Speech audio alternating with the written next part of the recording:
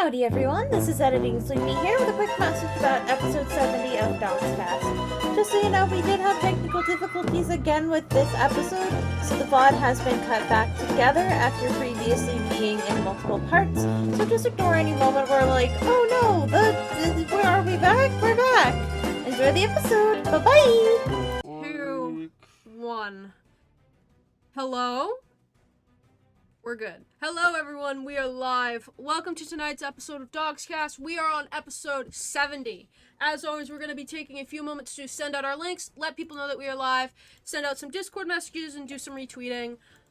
We're going to take we'll do a little bit shorter tonight, I think. 5 or 8 minutes or so for pre-show, and then we'll get started with our session directly after. Thank you for joining us, and we hope you enjoyed tonight's episode. I have to do a thing. I will say, you said the episode number wrong. It's episode 7D's nuts. I was like, what do you mean? I thought you were gonna say it's episode 69 plus 1. I thought you were gonna say like 69 part 2. Nah. I mean, we could. Ugh. But Alright. also D's nuts. Yeah, that's a good one, yeah. Alright, I gotta do some retweeting. I gotta let our Discord know. It's DoGsCast Monday, unless it isn't. Thank you. Isn't. It isn't. It is not. We've lied to you. I gotta pull up stream, let people file into chat. This is all an DoGsCast! elaborate ruse. A trick, even. I've deceived you. This is the trick, I have deceived you. Where is Chaos Crypt? Hi, named. How are you? How are we? I'm good. Hi, Nick. Where are we? Hope y'all are doing good tonight. Episode 70. I'll go throw up, but not for the usual reasons. Because Tylenol hurt my tummy. You ever have Tylenol and it burns your stomach? No, because No. I take Tylenol so consistently at this point that, like, I can take it without eating anything and be fine because my body is just very used to it. And that's probably not a good thing.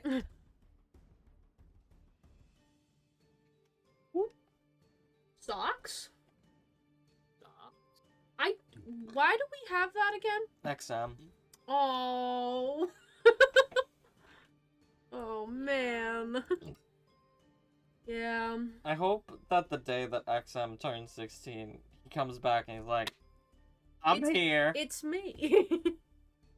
I'm back. That's okay 'Cause though. that's why he left.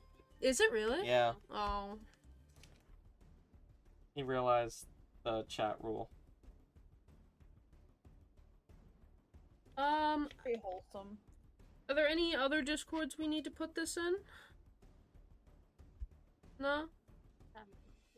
Your balls. Thank you, Jer! Jer, you got some hamburgers redeemed. Okay, hold on. One, two, Hamburger. Okay, but that's sure that's a number. Okay.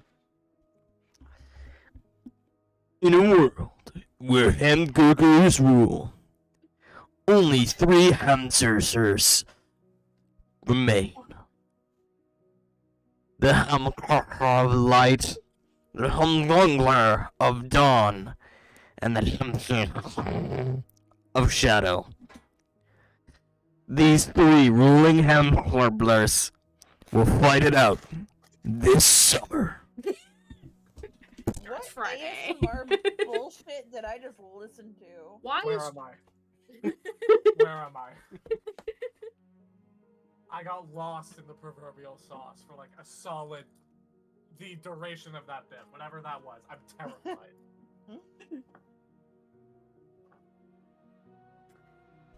Starts Friday. Now I have to write the short story of Hamslarger. You gotta put it into Promise of Horizon lines. Edgar versus the Hamslarger.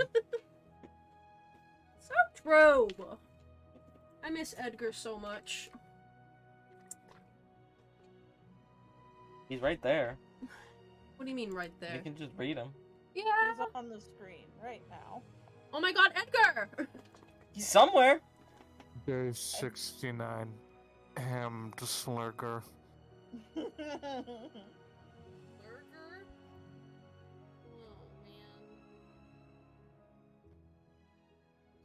Oh man. Alright, is there anything else we need Truly, to he's do out here before we somewhere. get going here? Eat your teeth. Huh? Stay in Eat your school. teeth. Slurm gurgers. Eat your We teeth. need to slurm Hammed gurgers. Slurger. You need more calcium in your bones. Eat your teeth. Eat your teeth. The teeth. Thank you for the 1-bit named. I love the 1-bit bit. The 1-bit The bit. 1-bit is so good. Named will do it even if the chat doesn't have affiliate, and I think that makes it even better. It makes me very happy whenever I see it.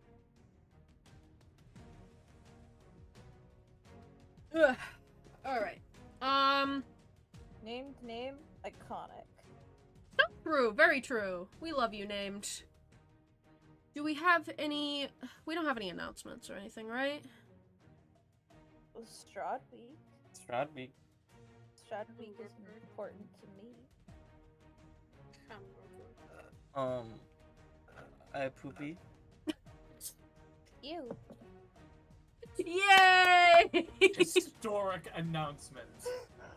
The kids will do that at my work. They'll just be like, Doomy's pooping. And I'll just be sitting there. I'll be like, yeah? Yeah, Will? Oh, well. Bitch. Alright, Sonia? in that case, do we want to get going with our introductions? Alright. Hello, everybody. Oh, here we go. In a world where my name is Chair, and my pronouns are they, them, and I am the DM of Poop. Sarah, how are you doing that with your voice? What? You make it sound like not only you are talking inside of my brain, but you're speaking in different lettering. Wait, You choose Jer, a separate font.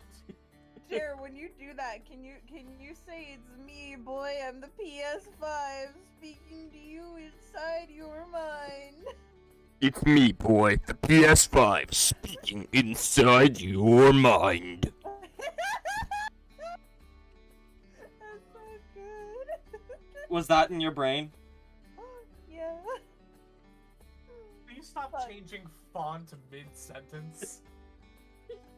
Go Throw me ahead. for a goddamn loop. I mean, I love you, but like... You want a new My font? shelf! My shelf! He burned my shake! He burned my shake! Right, next. Oh, that's me. I don't have a bit. I'm sorry. I'm Jasper. I use he, him pronouns, and tonight I'm playing Baird Stormcaller. Yippee! Baird Storm.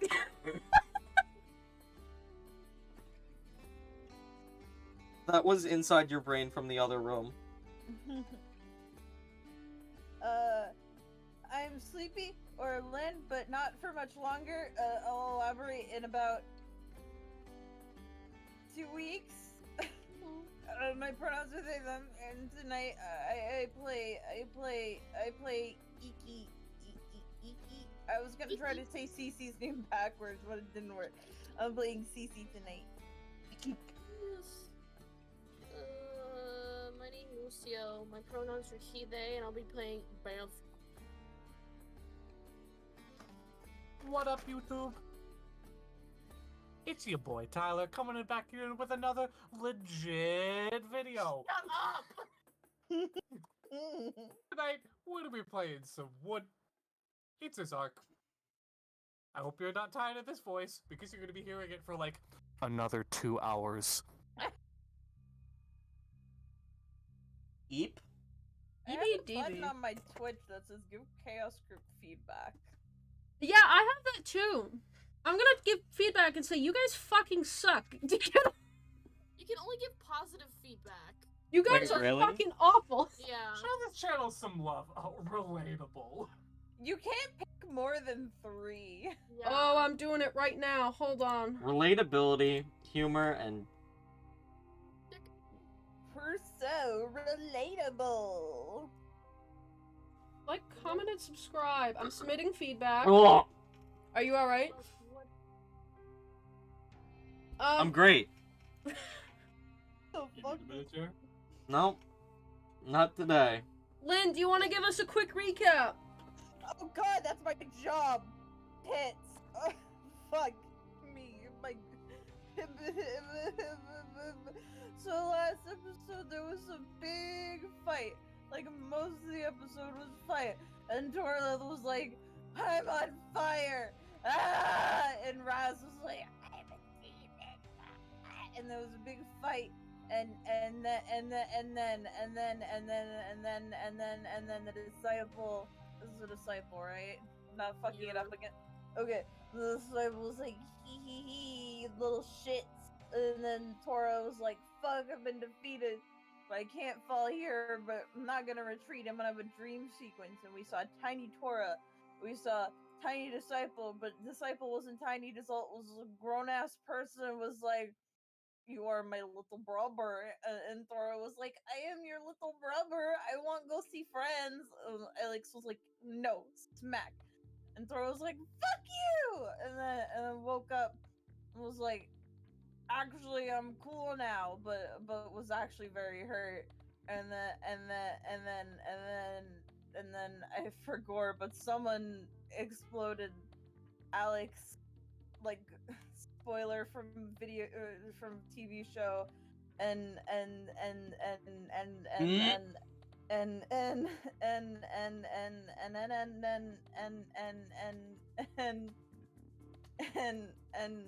Tora has a leg. Tora lost a whole leg. But it's New okay, leg. because he got vines. We got vines now. No leg. Only vine. Poor Xavier finally happened. Also, Poor yes. Xavier. I'm Like sorry. this. I forgot about the gays in Pride Month. I'm sorry. I need a nap. That was approaching 2 years in the making. Yes. That episode is not up on YouTube yet, but it will be soon. You can stream it directly to your balls. But the VODs Working are on still on Twitch, if you want to check them out. I'm working on editing it. My Wi-Fi was just really shitty, so I couldn't download anything last night. Yeah, hopefully this episode and that episode will go up relatively around the same time. Where are you? Me? No. Alright, Mama. with our Someone. introductions and our recap, do we want to kind of get started here? Yes. Okay.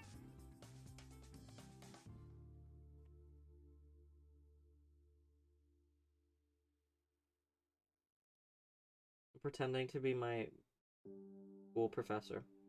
Stop! Did not know how to do anything. Anyway. You've just recently left the Twin Falls Isle. Calpernico has gone ahead with Azure and Luna to... They were doing something. They were gonna let Wood. No, parent- Calpernico went ahead to see Azure and Luna. They're already on there. Yeah.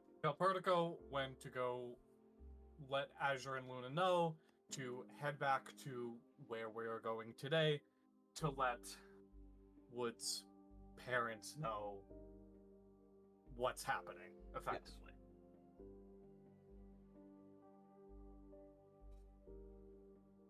Can I please open the shit? No. Thank you, iPad. The shit, I would like to open it. No. It's no, been... No. Yeah, it's really saying no. Oh, mamma mia, mamma mia. It's been day since then. You're about halfway there, going at a leisurely pace. It is probably sometime around the middle of the night as we cut scene over to Wood. Finally able. Okay. Oh, sorry. No, please. Just gonna say that Wood has finally been able to find a little bit of time for a much needed sleep. While the trip between Twin Falls Isle and today's destination, Wood's hometown of Amaran, is in no way one of the longer journeys that the shepherd has embarked on, Wood, finding a moment of silence before his return to the port town he once called home, lets himself catch up on some much-needed sleep. For what feels like only a brief, sing moment, he finds himself being slowly lulled into a deep, restful state, only to be suddenly, violently awoken. Bleak, colorless expanse that he cannot quite recognize. Around him, the sounds of heated battle ring out through the void in all directions.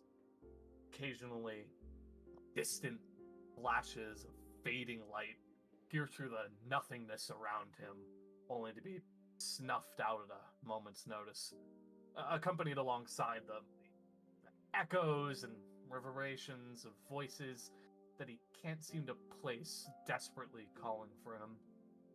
Through the murky abyss that's blanketed his vision, a single hand reaches out for him, and he attempts to summon what little might that flows through him to try and grasp for it.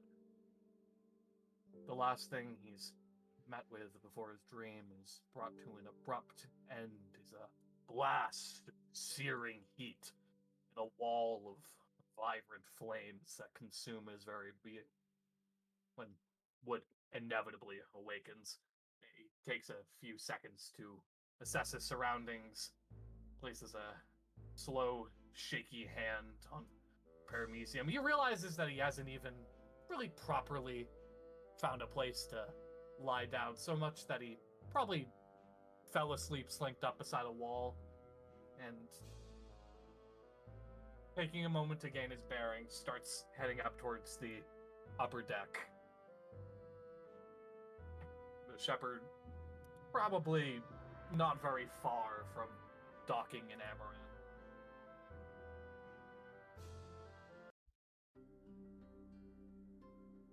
As everybody starts to step into the morning light, you find the waves slowly pulling you to shore, inviting you into a town that appears to be trapped, not by some magical force, devious ideals, but in a millennium, trapped thousands of years from where you are now. Sleepy little town, its buildings very quaint, small, and patched together. It was founded almost 1500 years ago, and since then hasn't changed too much. They add, they build, they add, they build, and they live. Amaran is a quiet town. As you reach the edge of the boat, you can see that waiting at the shore is Calpurnico, Azure, Luna, just at the edge of the dock.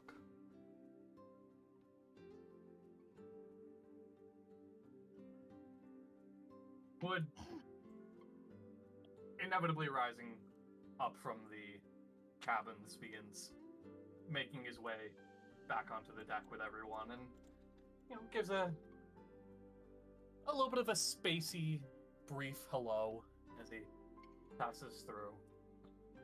Probably stops in between Vanth, Baird, and CC just to kind of, check in, give them a little bit of a briefing. You know, when he inevitably does step up, he looks a little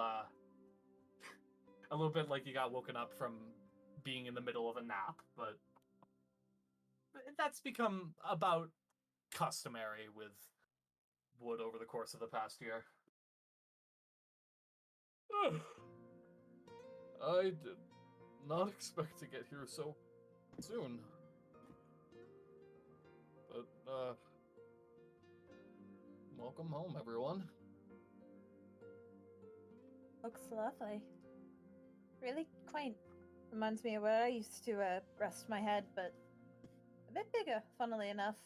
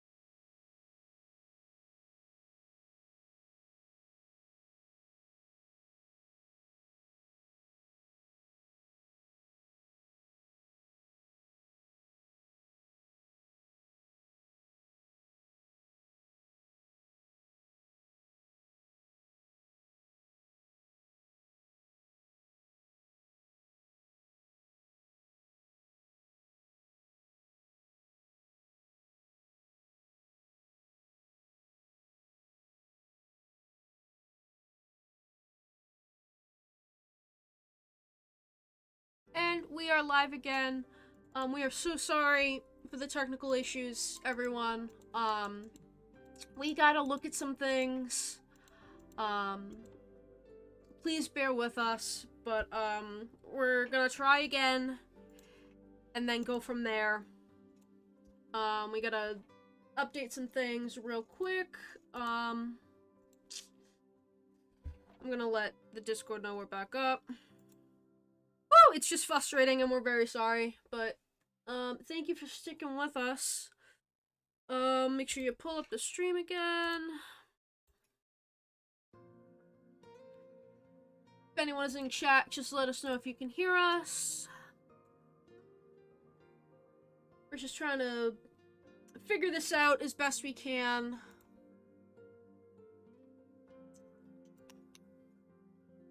Just putting in the slideshow right now.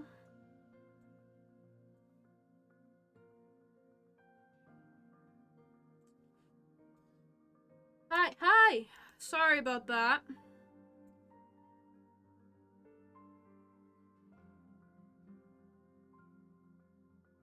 Sharing music.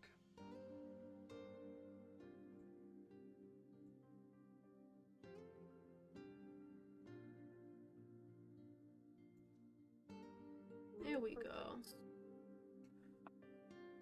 Alright, we're very sorry, but let's, give it one more try, shall we? Give it the old college try. Alright. Do we want to just kind of pick up right where we left off? Yeah. Okay. Yeah. Okay. Tyler, you were in the middle of speaking, so... Let me just walk this one back real quick.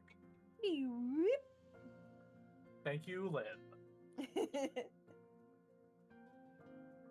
Yeah, Amarin sure is something.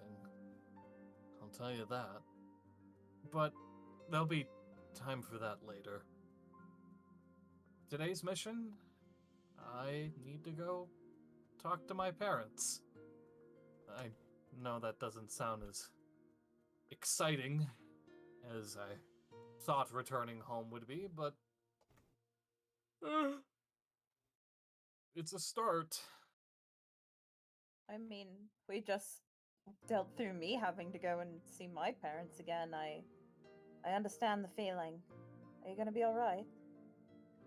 You know, it's been only, what, 10 or so years? I'm sure they still remember me. I certainly remember them. A hard person to forget. You flatter me, Captain. But I know it's not much for a grand quest, but I'd certainly love to have you all accompany me. Of course. You were there for me, I'm gonna be there for you. No one makes us think about it. I have rights to give them orders to do it. And what's you two? Baird? Vanth? Are you in? Absolutely. It already looks like you got some people over there waiting for you, so. Yeah, it certainly does. We're with you. Glad to have you on board. And Vanth, of course I have parents. Well, I didn't know. Cece, I didn't have parents until like a day ago. I thought we were all just a bunch of orphans on a boat, and that's why we're here. We'll save this conversation for another day, buddy. I'm sure Mathondi's been bad enough for you. Kind of. Just kind of like puts a hand to her chin, thinking about it. Yeah. Wood heads to board off the shepherd and makes his way across the docks, kind of taking in all the surroundings. His gaze is fixated on the cabin on the far end of the woods, just at the precipice before the tree line. And as he begins making his way across, he stops before Captain Calpurnico. Boy there, Captain. I thank you for your stalwartness and my request, homeward bound. Anything to get you where you need to be.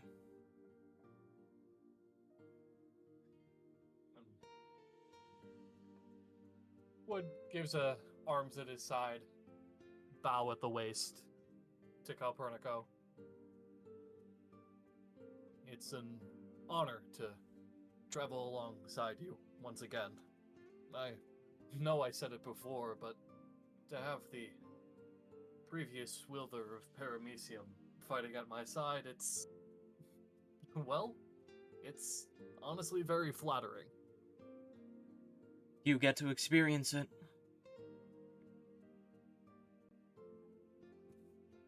Azure and Luna have been in the midst of a bit of a conversation with one another during all of this. But as Wood and Calpurnico's interaction comes to an end, they head on over towards Wood.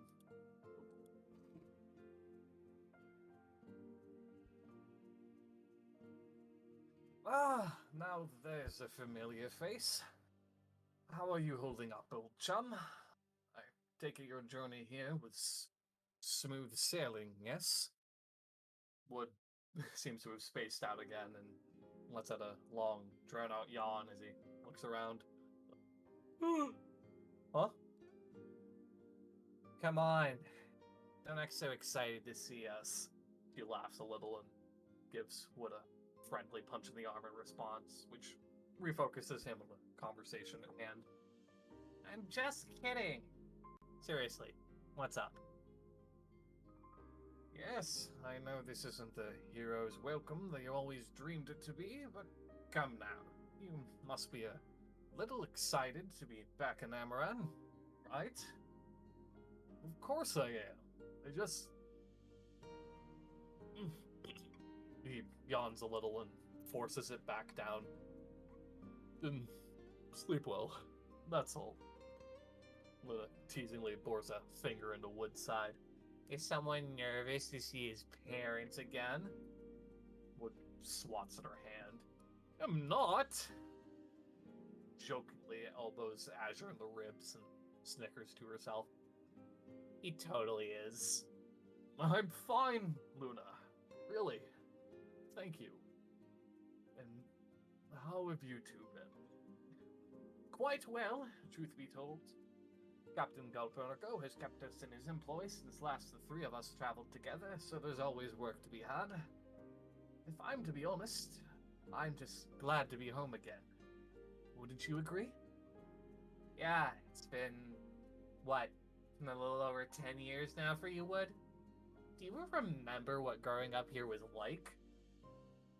I would be a poor friend if I didn't, now wouldn't I? Yes, yes. While it may have been short, the shores of Amaran were our stomping grounds of our youth. To think, even all those years ago, we all agreed to venture out into the world and follow our dreams, each helping the people of Velstrana in our own unique way. And now look at us. The three share a little bit of a wistful laugh collectively. Well, you're not alone out there, Wood. She gestures to Van, Cece, and Baird. Now, where are my manners? Hello again, Baird. I do hope this journey has treated you well. It's good to see you again, Azure. The pleasure is all mine, friend. But who might these two be? I know you spoke of a motley crew, Wood, but Luna and I were only able to meet 3 of your friends last time. This Azure turns towards Vance and Cece. Go on, don't be shy. Hi, I'm Vanth.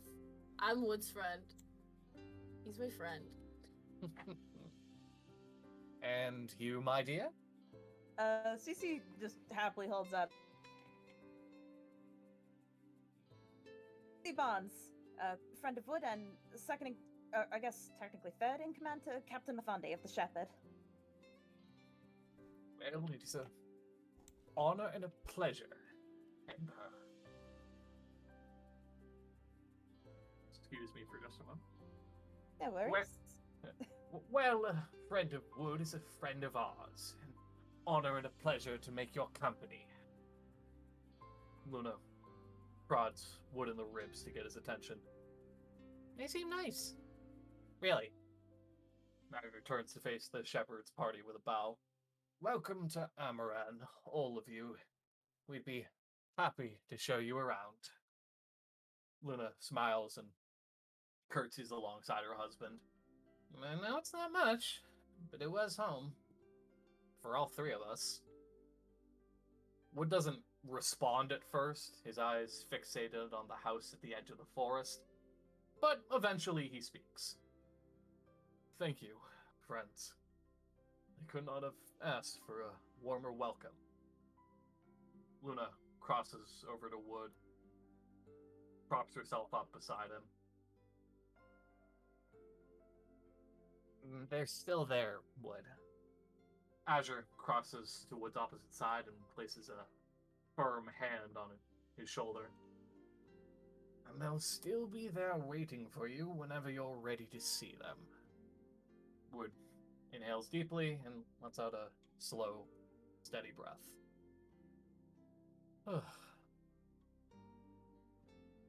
I'm ready. Well then, shall we be off?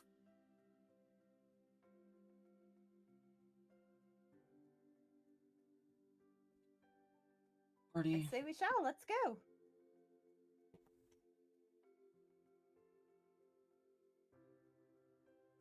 Party slowly descends off the broken docks, walking through the town.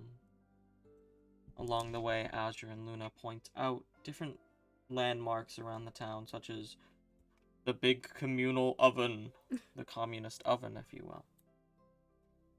Most people in Amaran don't have their own oven. Everybody uses this one large central oven for all their cooking needs. Everybody shares their food. People get along as a community. Houses around here, the biggest ones that are stitched together. Extensions built on extensions, built on extensions. Time covering time. Like scarring and growth. And at the furthest edge sits not the tallest, not the biggest, but one of the more expansive cottages on the island. One that draws Wood's eye as they walk. With the party making their way across the, relatively speaking, smaller town that is Amaran, Azure and Luna pointing out any locations worth mentioning along the way, like the communal oven, would inevitably find himself standing in front of an older-looking cottage that sits at the edge of the forest. I'll just move Wood up, and I implore you to accompany him as he does so.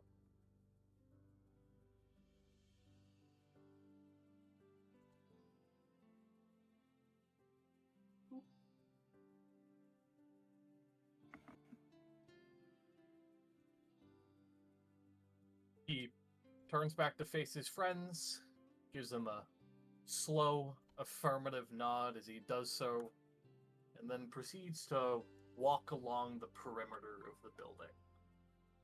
Wood traces his hand along the side of the house as he moves, progressively becoming more lost in his thoughts, reminiscing on the earliest years of his life spent in this place that he had once called home. His mother once told him that their home had been built for almost as long as Amaran had been a town, with generations worth of Taiji having passed down ownership of this cottage from one member of their family line to the next. It felt like a bit of a foreign concept to even consider that this is where he had been born, let alone the place where that he would have one day inherited from his father. Just gonna move around because we're moving around to the back of the house.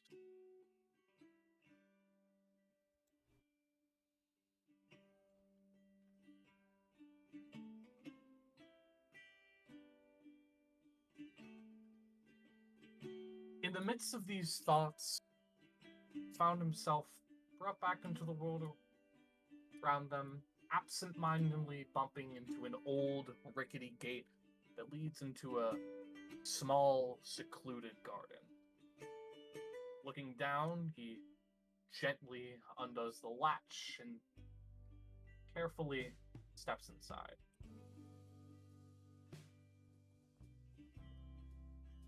In doing so, he catches the attention of someone who had been tending to a small patch of flowers.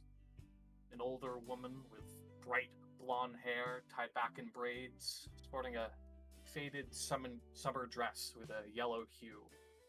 The two lock eyes for a moment, and before Wood can open his mouth to speak, she closes the distance between them at an alarming speed, wrapping him in a tight, crushing embrace. This is Liz Taiji, Wood's mother.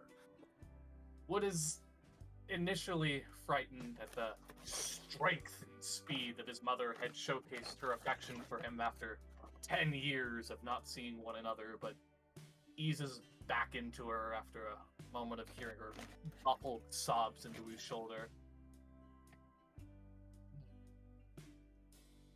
Hello, Mother. It has been some time. I've missed you. In response to hearing him not only speak to her, but to know their own son had not forgotten her after all this time, her sobs become significantly louder, though Wood is there to calm her down. Eventually, after Liz calms down enough to properly function, she backs away a step or two from her son and takes a long look at him before she speaks. I'm so proud of you! She darts back over to Wood and brings him into another crushing embrace. You look just like your father did when he was your age. She turns away to wipe the tears from her eyes and takes a few deep breaths. I can't tell you how much I've missed you, Wood. I want to know every little thing that's happened since you've left home. The rest of the party standing not far from the two of them. Oh my goodness, and you've brought your friends too? Are these your friends, right, Wood? Shepherd crew.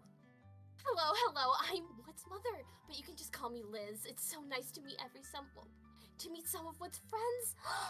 And you must be starving. Are any of you hurt? You're not hurt, Wood. Are you, Wood? Mother, please calm down.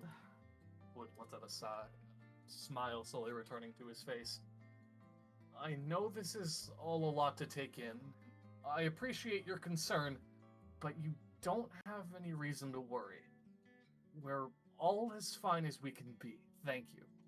Takes a moment to think before he speaks again. If it is alright with you, can I make one request? Liz positively beams in response to the question from her son, tugging on the end of Wood's cape as she does so. What's up? Mother, do you know of any remedies for recurring nightmares? Liz taps her chin, rocking back and forth on her heels and swaying side to side as she thinks over her response. What kind of nightmares are you dealing with, sweetie? Is it about monsters, or wolves, or maybe monsters riding on wolves? Vehemently shakes his head in attempt to calm his mother down. Nothing of the sort, Mother. For the past year, I've been dealing with vivid, almost lucid dreams. They have plagued my being almost every night, and it's got to a point where I fear I may topple over from exhaustion at any given moment. Given your vast scope of knowledge on all manner of remedies, would you have any sort of solution to these nightmares? Liz, who had gone back to tending to her garden during its explanation, freezes up at the answer she is given. When she turns back towards her son, there's uneasiness to her composure. You know who would have a better time at getting an answer out about these dreams? Your father. Initially looks confused at the response he is given, but after a beat of silence passes between the two, he tries to speak. I see. Speaking of which, where is father? Liz paces about the garden as her son speaks, gathering any equipment and tidying the space before heading back over to him. Out on a voyage, out on a hunt for fish. You know how he is. She shakes herself, and when she turns back to Wood, a gentle smile has returned to her face. He should be back by 4 sundown, but until then...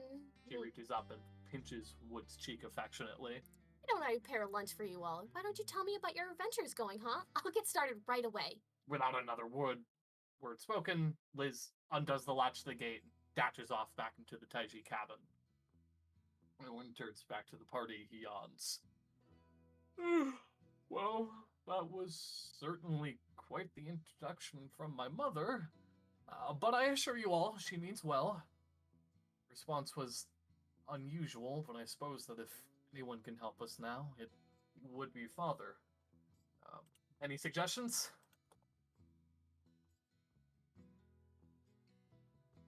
Otherwise, let's head on back in. Meantime, not much, but I certainly see where you get your energy from. Yes. It's certainly a maternal trait, I can assure you that much. But it appears we have a bit of time on our hands, so until then, why don't we take her up at her offer? Sounds good to me. Wood follows after the direction that his mother left off in.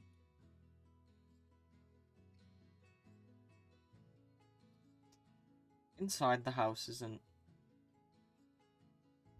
isn't anything out of the ordinary. It's quiet. Old. Memories drift out of every nook and cranny of the house. There's no opulence, no regalia. Just time existing. There's portraits of different Taijins over the years. Some posed with a maelstrom sky, some wielding paramecium back and forth. The years rift between and most recent, most dusted portrait is of a young little Wood with his father Vic and his mother Liz. A meal is prepared for you, and you're given some time to discuss.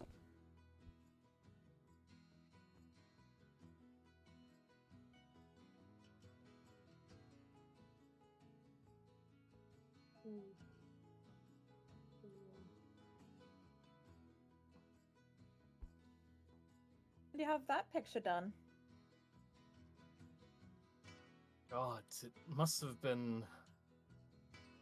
Ugh. Certainly before I left with the shepherd, I can tell you that much. Memory's a bit patchwork and all, but I'd say I'm older than... gods. Maybe 5, 6 here? How did you get to be that small? Buddy, I know age is a bit of an unusual concept for you, given your unique circumstances, but not everyone is as, and Wood is... Wood, who is seated at the moment, I'm presuming Vanth is probably standing or perched on top of something, kind of looks upward to properly face Vanth. Tall as you are. I mean, I thought you guys just kind of came out like that. Like, at 20 or something. I did. I think I did. I don't remember my childhood. Do you not know what a baby is? You just gave birth like 2 days ago. Yeah, you had birds. Don't babies stay that small? No, No. buddy. Oh, babies grow. Babies get big. What? You're an outlier in this situation, my We guy. all used- Well, you probably were a baby at some point. You just don't remember it. Luna peers in from around the corner, Azure at her side. I'm gonna tell him. Azure swats at her. No! Another time, darling. Another time. I mean...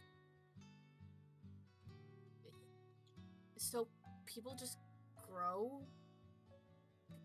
Wood takes down the picture from the mantelpiece and dusts it off a bit. And shows Vanth.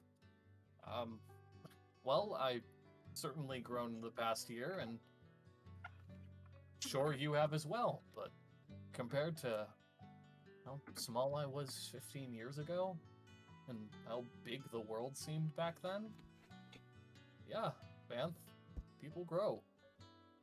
Not just in size, but in how it is they act.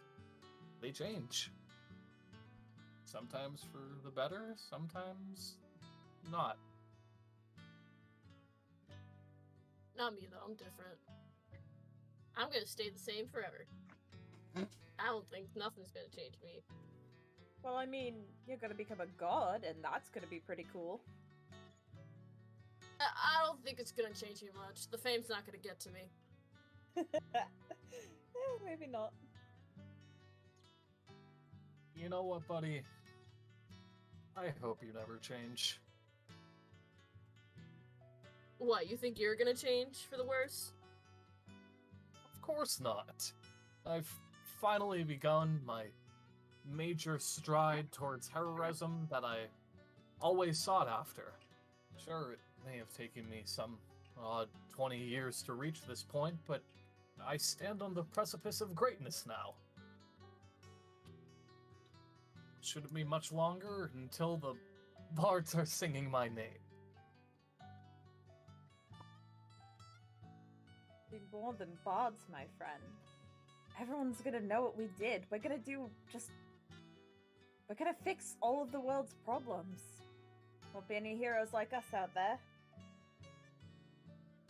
Be more than legends. We'll be well, I guess immortal, and maybe that's a little scary, but all the good we're gonna do, I'd say offsets it. It's strange to think that that is the conclusion of our epoch quest, but well, if that is what fate has laid before me, then I suppose I shall play the part. And play it well I shall.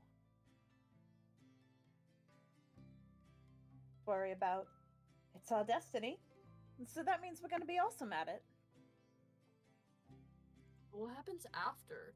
Like, yeah, we're gonna become god stuff, but do we just like look at people, or do we just like say hi? Do we do anything? Do we just sit there? Because I don't think I can sit. No, we're not gonna sit there. I mean, that's like the whole reason we're doing this is the gods are sitting there and they're useless and bad, and we're gonna be not useless and bad gods. We're gonna fix the world's problems. That's what Mafondi says, at least, and it's the smartest man I know. And I mean, at that point, we're gonna have so much magic and power. We can just fix all of the problems, and all of the problems that we've had personally. At least, I'm looking forward to seeing everyone we lost again. Oh, God magic. are we Gods can gonna do like turn them into zombies? No, nothing like that. I'm just gonna bring them back. A god should be able to do that. But wouldn't they be zombies? I don't think that's how that works. Well, you know, gods can do anything, right? I'll just make it so that's not how it works. Simple as that.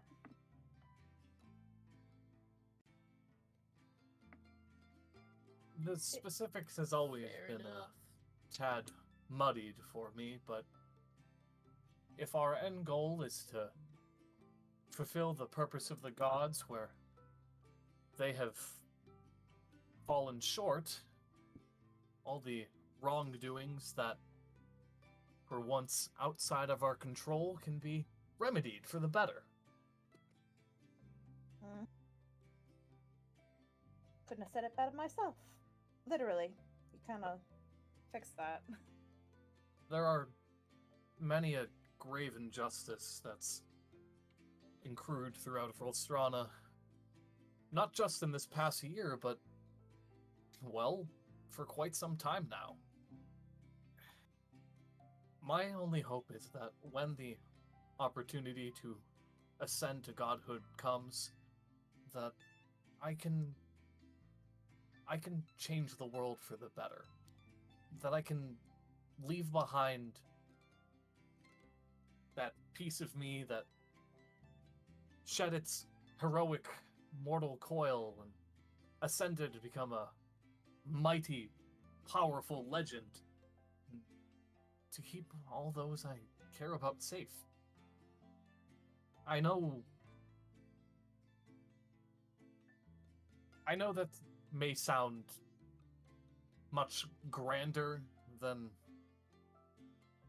you'd initially think, but I just want to make a change. I started this quest with the intention to leave my mark on history, and I want to end it in the same way. Does that make sense? Makes total sense. Yeah. The ends mean- justify the means. I don't think you need to be a god to do that. Especially you would. Maybe. At this point, Wood is finally starting to pick at the food that he's been given. He talks in between bites. But it doesn't hurt to try, I suppose. Wouldn't you agree? Yeah. It's destiny. Can't change destiny. And it's your destiny too now, Van. You should be excited. I bet once you're a god, you can like turn into literally anything, like monsters even. I mean, he looks at the watch that is not on his wrist. He's like, I feel like I could already do that. Like, I could do it, but then I would be ruining Liz's house, and I don't want to be doing that. Yeah, but like, even grander. I think you're just not seeing the positives yet, but you'll understand once, it happens.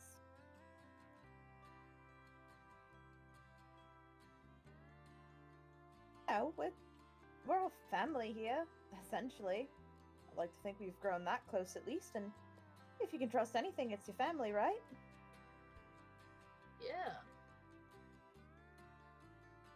So just trust me and Mathandi, and we'll trust each other, and, well, everything's gonna work out in the end. It'll be perfect. Wood Believe it. raises a mug that he's been given. Here. Here. She kind of clinks her own against his. Yeah. They both take a respective swig of. It's probably like juice. Sippy juice. Right.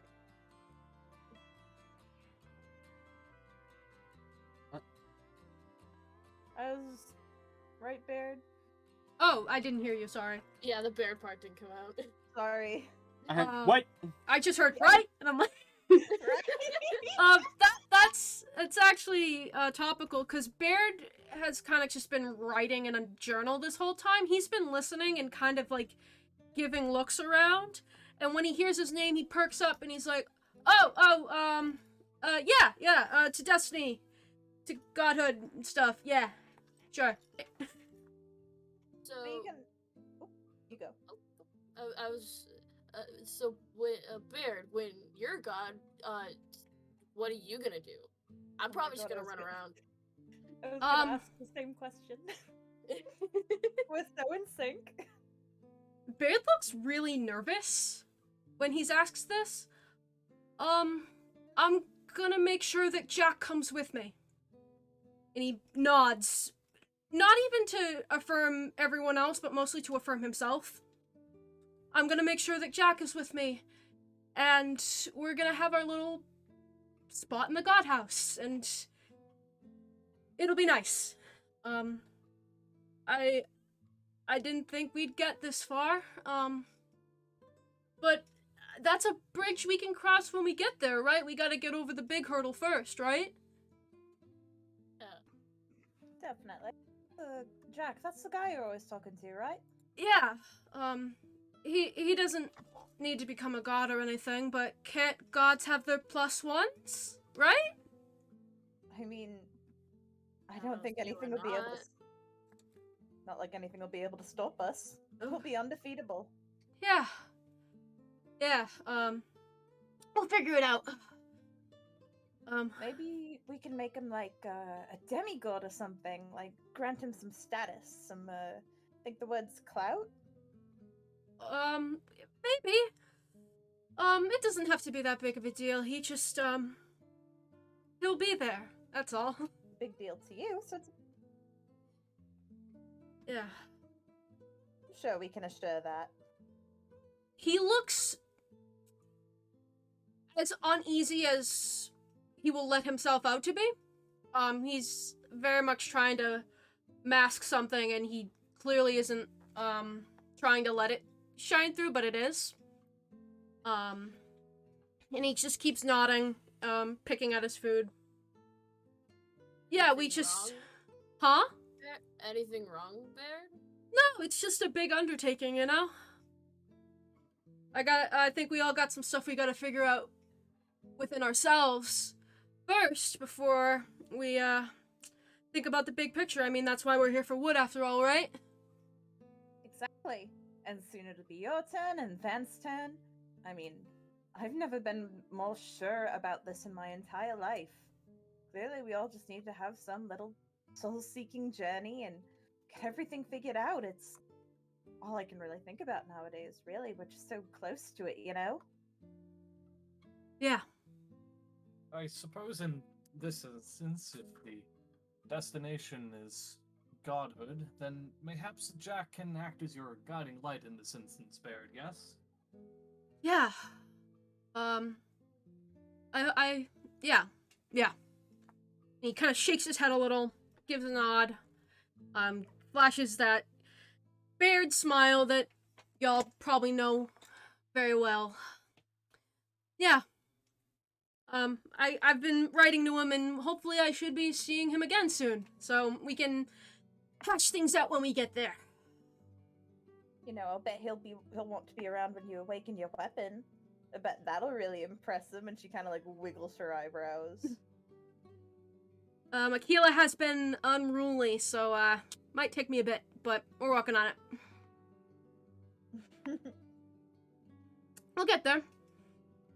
I mean, you were able to do yours, and I think the rest will just follow suit. It all worked out. It's a hell of a lot heavier. Fair warning, they do get heavier. This thing, it used to feel kind of weightless. It feels weirdly heavy now, but it's probably just because it's bigger. You gotta, gain the strength to wield it, you know? I did gain another ball. Yeah, I there's got 2 balls now. I have 2 balls. Can't say it with a straight face. You got balls.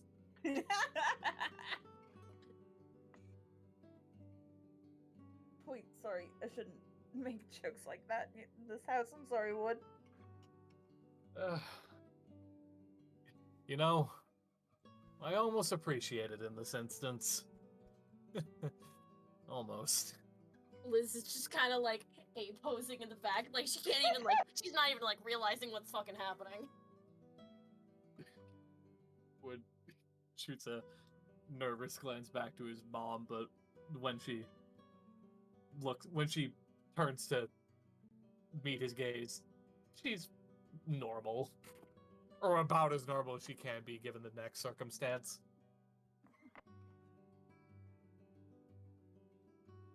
Do you want to cap that off here? Yeah. Okay. Time passes, and eventually, the sun, Writing. falls lower in the sky. And the group heads off towards the docks. I'm gonna teleport everybody. Oh, yeah. Totally fine. Oh. I'll just take it from here. The remainder of the time spent waiting for the return of Wood's father goes by fairly quickly, with Wood and the rest of the party telling Liz the events of the past year to pass the hours by. Eventually, as sundown begins to approach, Wood finds himself standing at the docks that sit at the end of Amaran. The rest of the shepherd party in tow, gazing out towards the horizon in anticipation of his father's return. Suddenly, a small fishing boat, small enough to just barely hold its sole occupant and the contents of his equipment, comes into view. The salty old sailor, oars woven tightly between his fingers as he rows, slowly begins to ship the faded carving on its bow, revealing the vessel to have been christened with the name Krakenberg towards the harbor. The man, spitting image of an older, much more grizzled version of the current wielder of Paramecium, steps off his vessel, placing his oars with hefty buckets filled to the brim, fish in one and bait in the other.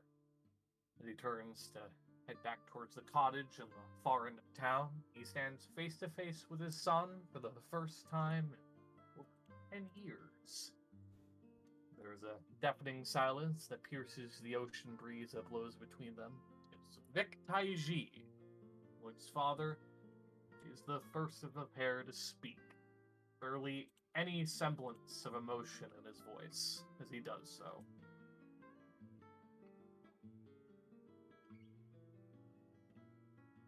Wood closes his eyes for a moment, almost as if to steady himself from losing control of his emotions at a moment's notice. When he speaks, there's just a hint of confidence in his voice.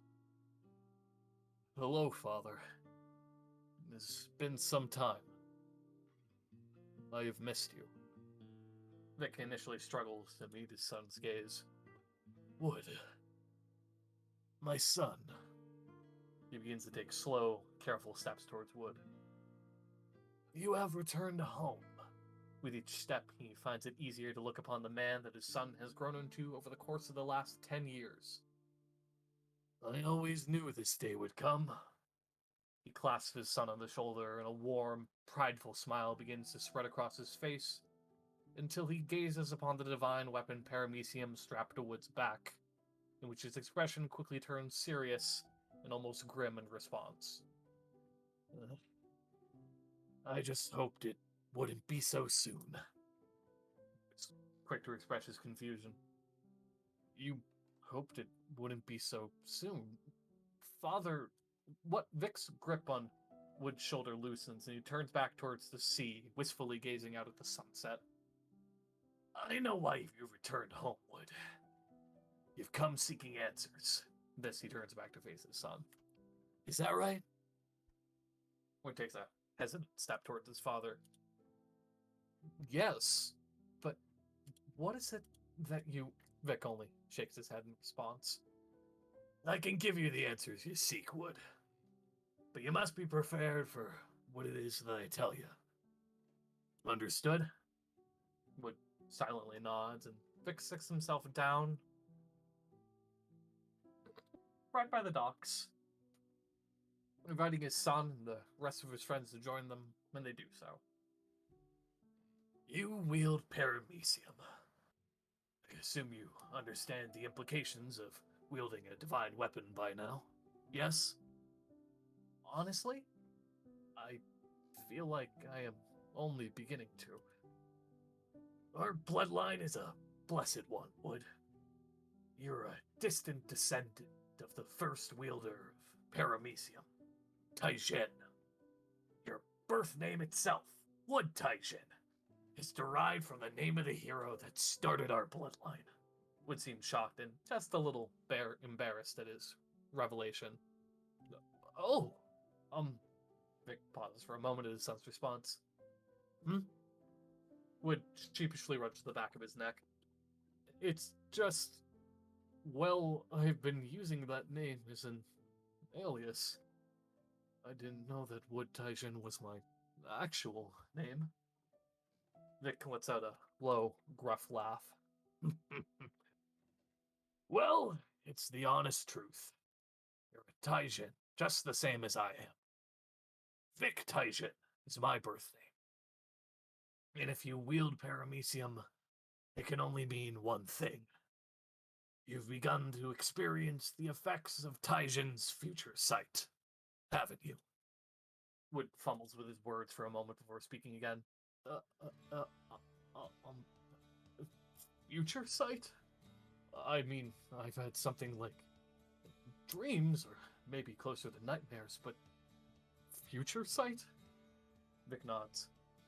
I know it seems strange, but in our bloodline flows the power of clairvoyance, the ability to predict the events of a future yet to come that may very well not even exist.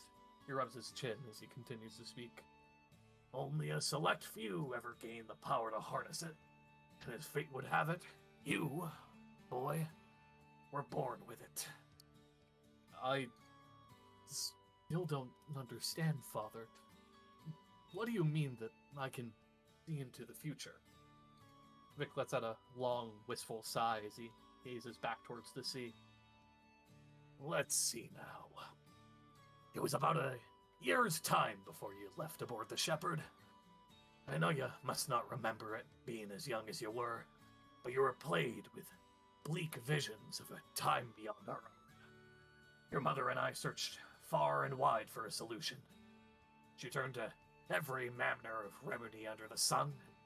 I scoured all across the Hostria Arch in search of someone, anyone, who could help us, but to no avail. That is, of course, until I met the captain of your ship. Mathandi, was it?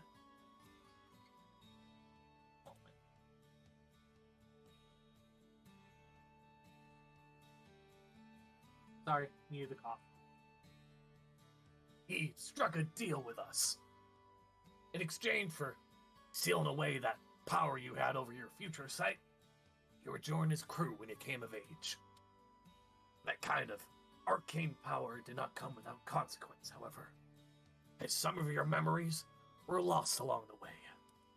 Now, with Paramecium in your hands, that seal has begun to crack, and your two powers combined come out to reach their full potential. If you seek to awaken Paramecium, you must first gain control over your clairvoyant abilities, Wood. And the only way to do that is to speak with Taijin himself. Wood, at this shocking series of revelations, is completely and utterly speechless.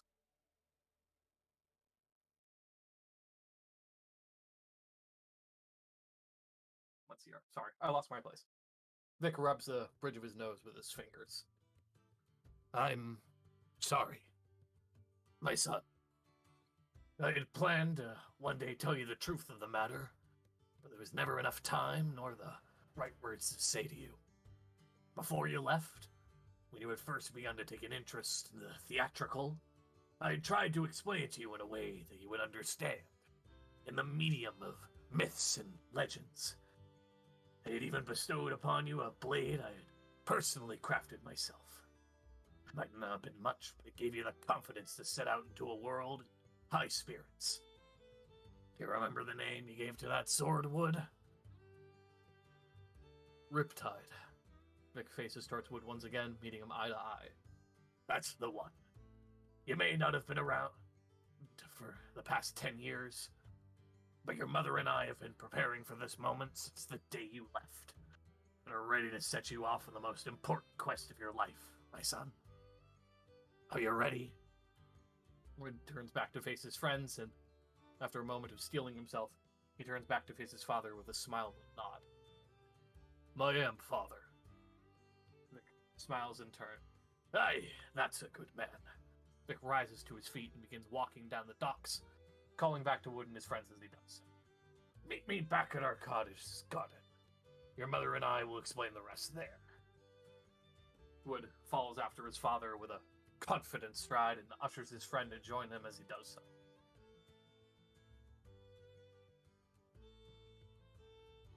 Lucio whispers over to Wood, "Your dad is so cool." Wood, who is initially very focused, turns back to Cece with an excited whisper. I know, right? I told you. You were right. You were right.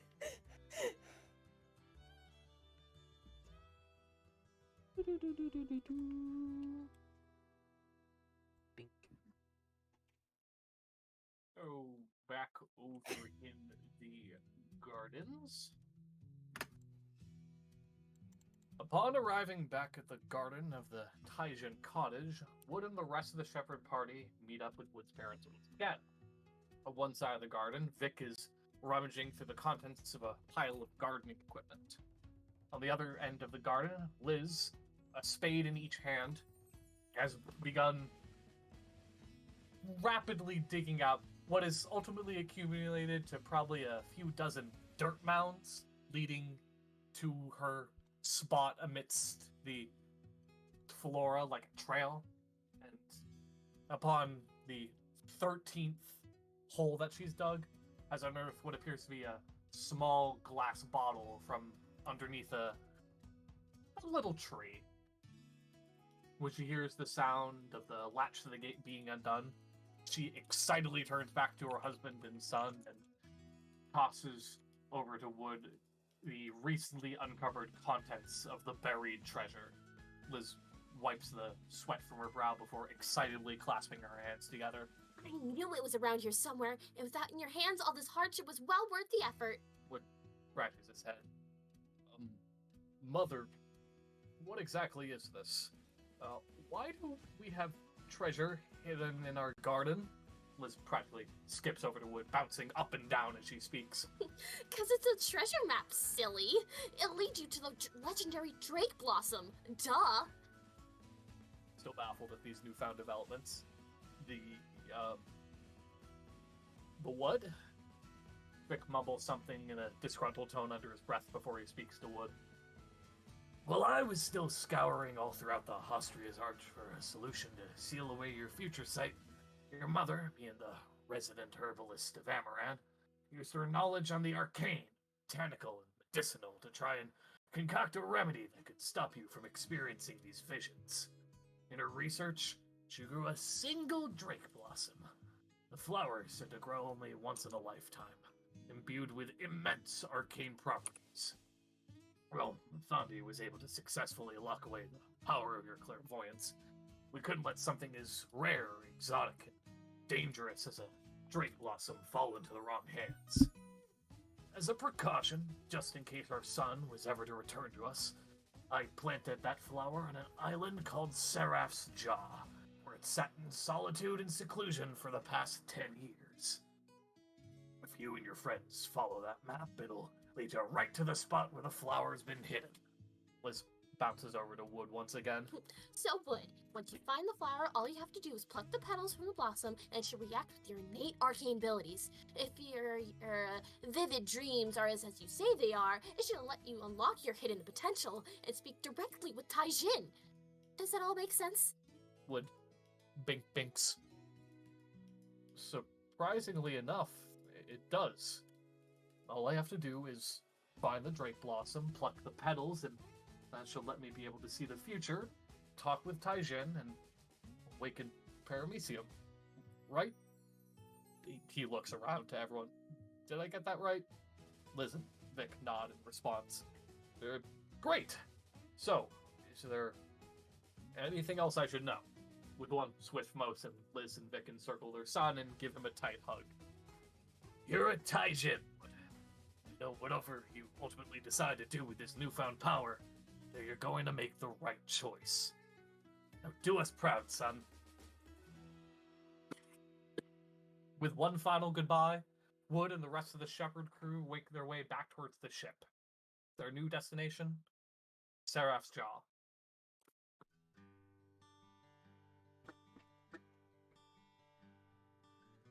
Throughout the night, the group travels as I get the correct traveling music. The swashbuckling. Raise your swords, baby. Bitch, buckle.